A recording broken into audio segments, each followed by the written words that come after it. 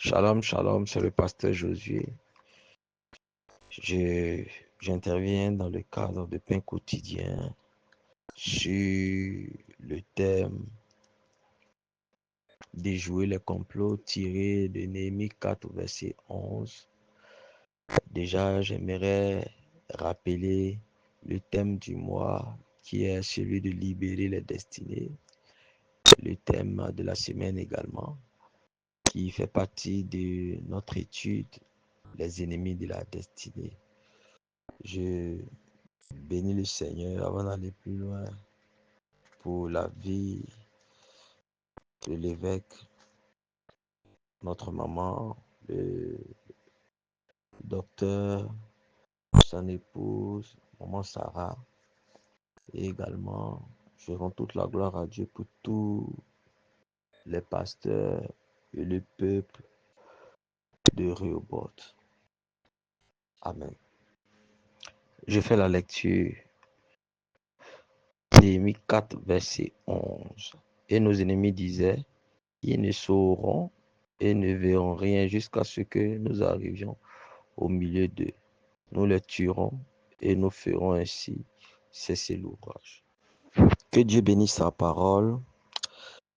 L'histoire rapportée dans le livre de Néhémie s'inscrit dans un contexte assez particulier. En effet, il est question du retour du peuple juif de la captivité qui avait passé 70 ans en Babylone. Cette captivité ou cet exil trouve son explication dans le fait que Juda et Israël, c'est-à-dire le royaume du Nord, et les Juifs de Juda s'étaient détournés de l'Éternel et avaient brisé l'alliance. Et comme l'Éternel avait déjà dit par Moïse, si son peuple se prosternait ou allait adorer d'autres dieux, il enverrait dans un pays étranger, il enverrait ses ennemis en déportation. Cependant, le Seigneur promit qu'à l'issue de ces 70 années, son peuple reviendrait sur cette terre. Cette parole de l'Éternel s'accomplit avec le roi Perse Cyrus qui avait entre-temps dompté la Babylone, qui prit le décret du retour des Juifs à Jérusalem afin de rebâtir la maison de l'Éternel. Après lui, Artaxerxès permit également à une autre vague de Juifs, avec à sa tête Néhémie, les chansons du roi, de repartir cette fois-ci, reconstruire la muraille de Jérusalem. Donc ce texte intervient, celui que nous avons lu en amont, intervient dans un contexte de reconstruction de la muraille de Jérusalem qui avait été détruite par les Babyloniens lors de l'assaut ou de la déportation du peuple juif. Mais il faut aussi dire que cette reconstruction ne s'est pas faite sans opposition de la part des ennemis des Juifs. Le but de ces derniers ne s'inscrivait pas seulement dans une simple intention machiavélique de tuer les bâtisseurs, mais c'était d'arrêter systématiquement le projet de rebâtir la muraille ou encore d'arrêter de stopper l'ouvrage, d'où le complot. Heureusement, nous rendons gloire à Dieu. Ce complot fut déjoué. Alléluia. Ainsi donc, je prie au nom de Jésus en m'appuyant sur l'autel de Rehoboth que tout complot contre la nation Rehoboth, tout complot contre toi qui m'écoutes en ce matin est révoqué, est déjoué, est détruit au nom de Jésus-Christ de Nazareth. tes ennemis vont broyer du noir. Tes ennemis échoueront au nom de Jésus-Christ de Nazareth. Bien-aimés, ne soyons pas naïfs. La Bible dit, n'ignorons pas les desseins du diable. Vous savez, aussi longtemps que tu voudras bâtir, aussi longtemps qu'on va vouloir bâtir quelque chose pour le Seigneur, l'ennemi également s'élèvera pour stopper l'œuvre de Dieu. Sache que sur le chemin de l'édification de ta destinée, ici trouvera forcément le diable et compagnie, le diable et ses suppôts dans le but de pouvoir t'arrêter. Mais une chose est certaine, la Bible dit, si un complot, cela ne vient pas de l'Éternel. Mais toute langue qui va se liguer contre nous sera condamnée. Peuple de Dieu, la muraille de Jérusalem représentait sa sécurité.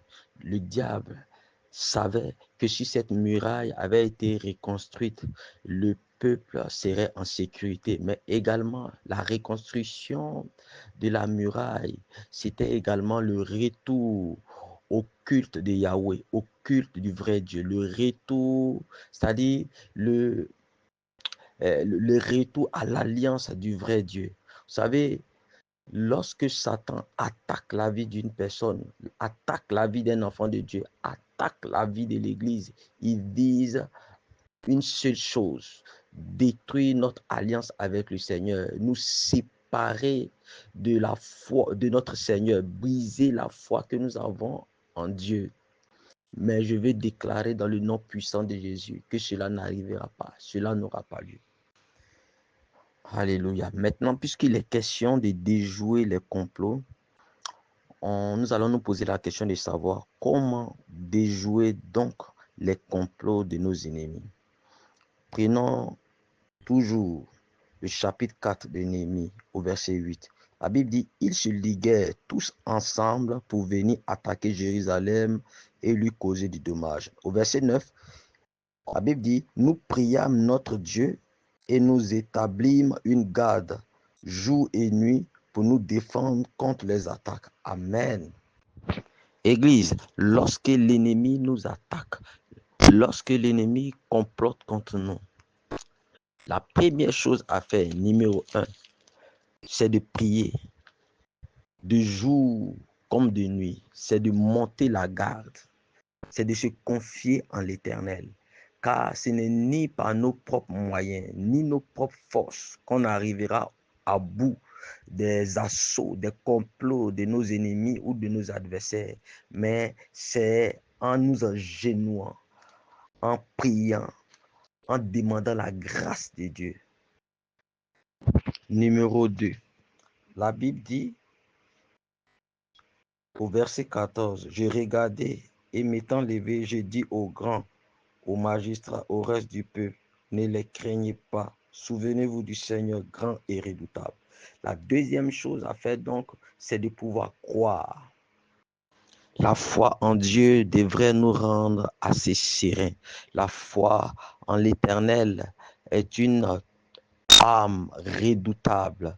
La foi dans le nom de l'Éternel constitue pour nous une tour forte dans laquelle nous nous réfugions. Oui, nous nous réfugions dans le secours de la main de l'Éternel. Quand vous lisez le livre de Néhémie, la main de l'Éternel revient le plus souvent. Oui, ayons foi dans la main de l'Éternel en face de nos ennemis. La main de l'Éternel est celle-là même qui dévisse les roues des chars de Pharaon. Oui, la main de l'Éternel est avec nous pour mettre en déroute leurs chars, pour mettre en déroute leurs armées. L'Éternel est avec nous. Oh, gloire à Dieu. Numéro 3, ne jamais s'arrêter d'avancer malgré les oppositions. Parce que Dieu est avec nous. Et nous n'allons pas lire, mais quand nous lisons toujours le livre de Néhémie, la Bible dit qu'il continuait de construire malgré les oppositions de leurs ennemis. Et d'une main, il bâtissait, et de l'autre main, dans l'autre main, il y avait leur épée.